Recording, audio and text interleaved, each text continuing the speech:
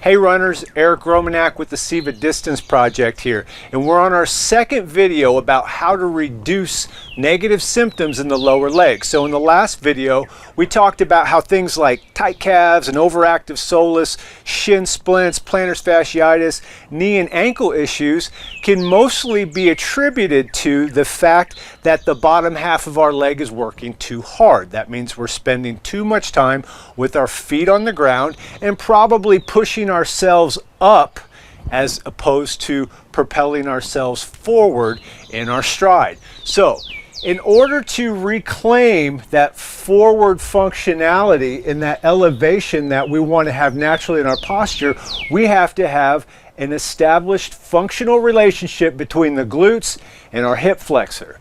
Our hip flexors are usually too tight as runners because we're always lifting our legs and bending naturally. But the fact that we're a sedentary culture and a seated culture makes it a double whammy, because when we sit down, these are getting excessively tight and this is getting excessively weakened. The first thing we want to do in order to reestablish some of that functionality is to practice something called a pelvic tilt and arch. And it's basically just reestablishing some independent control of your pelvis. So to do that, I'm going to have you bend your knees with your feet about shoulder widths apart. Bring your hands to your hips, fingers in front, thumbs in back. And I want you to practice tilting your pelvis forward and backwards without straightening your legs. So I'm really just trying to move my pelvis, and that's it. Now, the fact that we don't do this motion naturally in the course of our day-to-day means that it can take time to reestablish it. Our brain just has a hard time sending the right signal. It's called sensory motor amnesia. But play with that for a little bit. And once you feel good with that, I'm going to bring you down to the ground into a kneeling lunge position. Now, the first part of reestablishing this functionality is going to feel more like a stretch. So pointing my toes behind me, I'm going to press the top of my foot into the floor. Now, if you get foot cramps back here, you can put a yoga mat or something underneath your foot or your ankle, and that helps a lot. But from here, we're going to practice tucking that pelvis just like we were doing previously.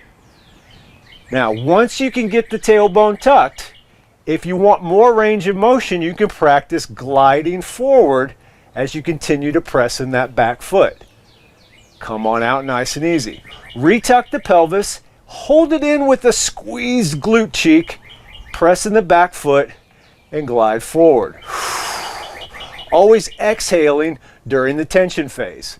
Tuck, squeeze, press, and glide. Now, one of the biggest issues that I see when people are executing this is that when they glide forward, their chest drops. Well, guess what? You're taking the emphasis out of here. So only go as far forward as you could keep your chest elevated and away from your front knee. You might only move just that much, and that feels like a very sufficient stretch. Only go to the degree that feels productive for you. Try about 5 to 10 of those on each side.